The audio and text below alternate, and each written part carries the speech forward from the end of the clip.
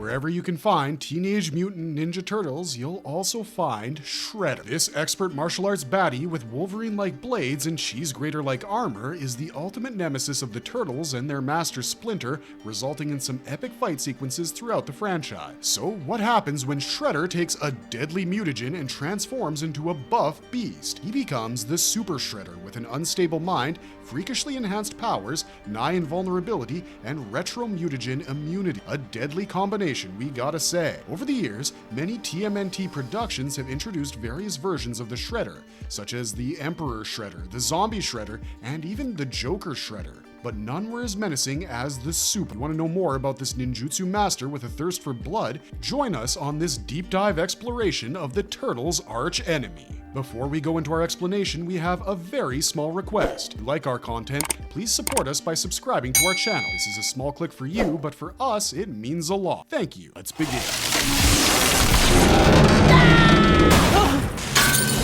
Who is Super Shredder? Put it simply, this TMNT villain is a super empowered, mutated version of Shredder. The super version of Shredder first appeared in the 1991 movie Teenage Mutant Ninja Turtles 2: The Secret of the Ooze. Super Shredder's gigantic form was portrayed by professional wrestler Kevin Nash in the movie.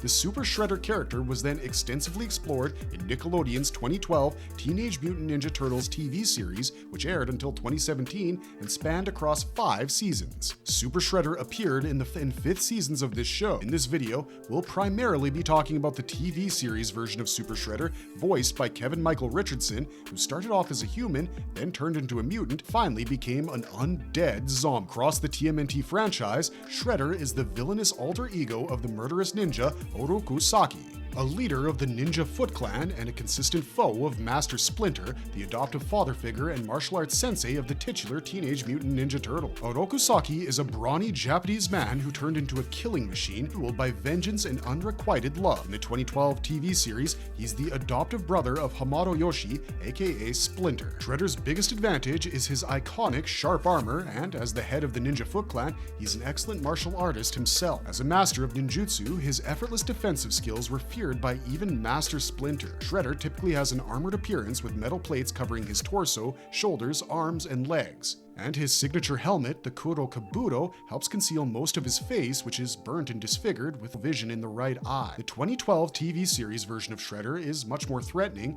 bulky, and weaponized than other incarnations. Instead of the Tekokagi weapon in his hands, Shredder has mechanical blades built into his armored fists.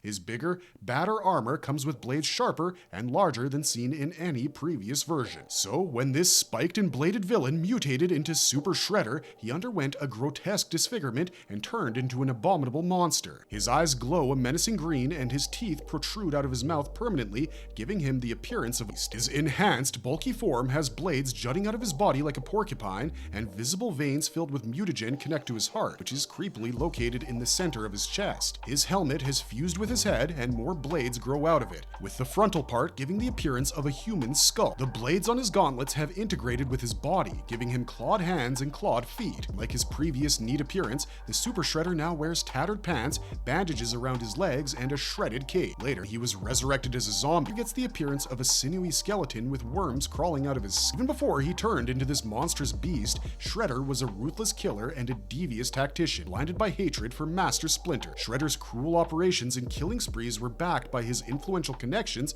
and his army of ninja foot soldiers, the Foot Clan. And when he became the Super Shredder, he lost his sanity and turned into an even more obsessive killer with an insatiable thirst for blood, derived pleasure out of crucifying Splinter despite their childhood bond. As a result of the mutagen, Super Shredder no longer felt a sense of attachment to anything, even telling his adoptive daughter Karai that she should die the same way as her mother, by the way, was killed by Shredder himself. The mutated and delusional Super Shredder believed his monstrous form to be perfect, without any weaknesses. However, after crucifying Splinter, Shredder's original persona, Oroku Saki, appeared to experience a moment of remorse, confessing that the mutagen destroyed his mind.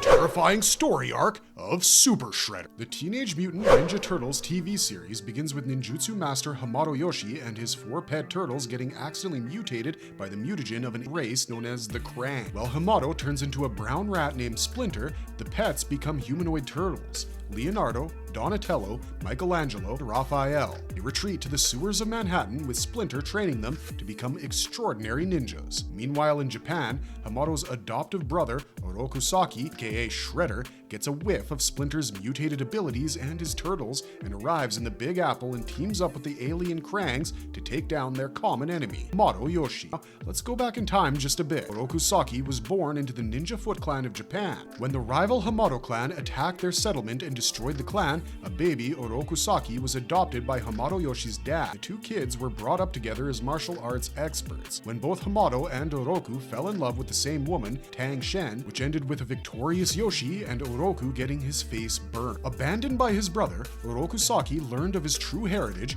re-established the Foot Clan, and turned into the Shredder. In the series' storyline, Shredder and Master Splinter battle each other several times, with Shredder sustaining severe injuries in the 4th season. Under the care of the mad scientist Stock, Shredder is injected with gradual doses of mutagen, but when Karai and the Turtles start destroying his criminal empire in Manhattan, Shredder asks Stock to pump the mutagen into him all at once. Despite Stockman's warnings that the mutagen was unstable, Shredder proceeds anyways and undergoes a grotesque transformation that seems extremely painful, and it turns him into the Super Shredder, monstrosity of muscle and blade. He immediately attacks the Turtles' hideout, demanding that Splinter meet him at the last location they fought, and tossing the Turtles' bulky transportation vehicle, the Shellraiser, and setting it on fire. Super Shredder proves too powerful for Splinter, who's almost killed when the Turtles and their friends April and Karai intervene, allowing Splinter to cause an explosion, fall through a chasm, taking Super Shredder along with him. Super Shredder survives the fall, returns to his lair to recover for round 2, and attacks the Turtles in an epic battle sequence where Super Shredder almost crushes Leonardo to death. April intervenes with her psychic powers, and Karai with her emotional manipulation to gain some time so that Karai can punch Super Shredder's enlarged mutated heart, something that weakens this beast and causes his arms to fall off because of the unstable mutagen. Saved by his trusty accomplice Tiger Claw,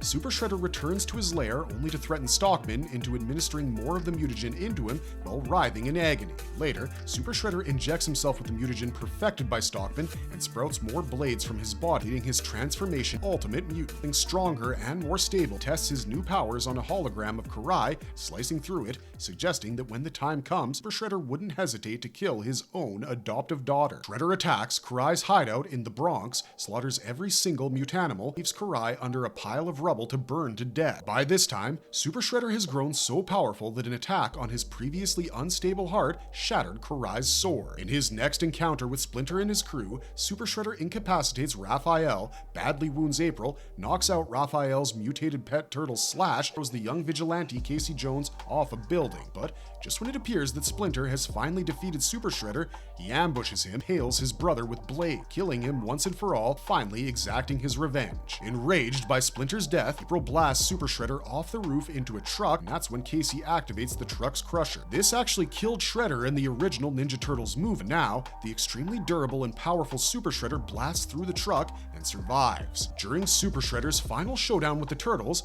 Leonardo, Donatello, Michelangelo, Raphael, April, and Casey infiltrate his hideout. They tackle Tiger Claw, Fishface, Rocksteady, Bebop, and an entire army of footbots finally face Super Shredder, flammable Molotov cocktails at them, in the mansion. In his menacing form, Super Shredder beats each of the Turtles down while mocking their fighting styles and saying that they should have left the city after Splinter's death. However, the Turtles pin him down and inject him with retro-mutagen, which fails to act in his body. Enraged, Super Shredder tosses the Turtles off the roof, except for Leonardo, saving him for his final opponent. Leonardo calls him a demon. Super Shredder gets distracted, allowing Leo to attempt a surprise attack, but Leonardo is battered brutally. In those moments, the spirit of Splinter revives his senses, allowing him to launch a barrage of attacks at Super Shredder. Leo and Shredder charge at each other, clash in the air, disappear in the flames of the burning mansion. Leo decapitates the monster with his katana, emerges from the fire with Super Shredder's mutated Koro Kabuto. While you might think it's a satisfying end to a terrifying villain, the dead Super Shredder was resurrected once again as a zombie by Tiger Claw, with the help of the Demo Dragon known as Cavaxis. Instead of his Super Shredder form,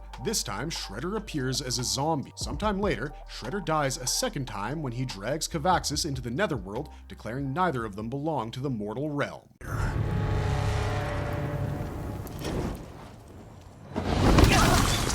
Super Shredder's abilities and powers explained. Even before his Super Shredder form, Shredder was superhumanly strong owing to his rigorous training. He was further made invincible by his deadly armor. He typically fought with the claw-like dagger weapon Bog Knock, with extendable claws and guitar-like blades concealed between the claws. Even before he was destined to become the Shredder, Orokusaki trained extensively for a long period of time to boost his physical prowess and enhance his martial arts skill. Thus, on the battlefield, he's capable of outmatching the Ninja Turtles, with his expertise only being rivaled by Master Splinter. After taking the mutagen and turning into Super Shredder, he retained his ninja skills, and his armor integrated with his bones and muscles made him into a lethal opponent for the Turtles. He became even more invulnerable than before, becoming resistant to any form of physical harm. He suffered no damage from Kurai's mutant form attacks, he survived fire, and extremely powerful plasma blasts can burn his cape. Just like Shredder, Super Shredder's most scary weapons are the serrated blades jutting out of his body. In addition, he could create Bog Knock-like blades out of his arms, much sharper and longer than the mechanical blades in his armor. Super Shredder can dispatch these blades as projectiles and grow back in no time. Needless to say, Super Shredder developed superhuman strength, being able to overpower the likes of Leatherhead and Slash during fights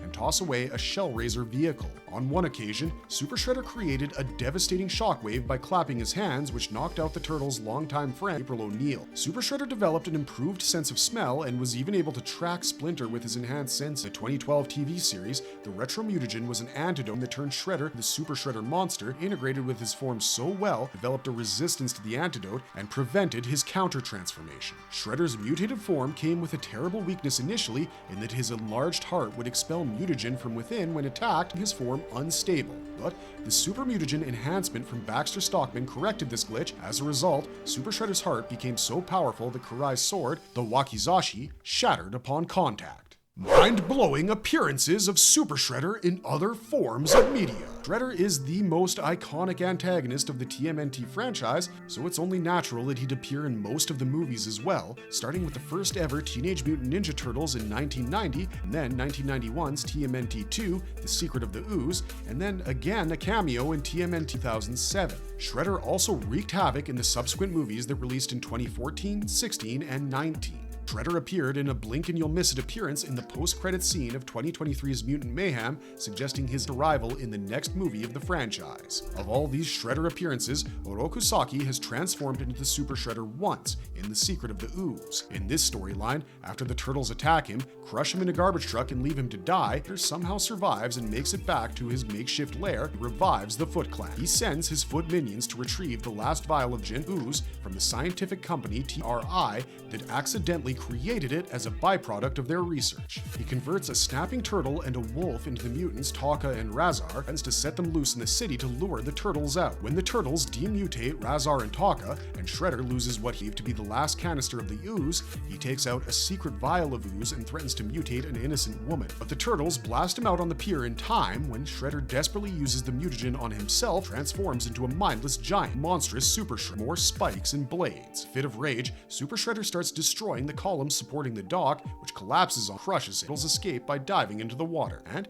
that's how Super Shredder meets his end in the movie. In addition to his movie and TV appearances, this Super Shredder has also been a prominent opponent in multiple TMNT games released in the 90s. In the 1992 game TMNT, The Manhattan Project, the Super Shredder had cool powers like summoning lightning and shooting demutating fireballs. In the 2022 game TMNT Shredder's Revenge, Super Shredder appears as the final boss in his ultimate mutated form.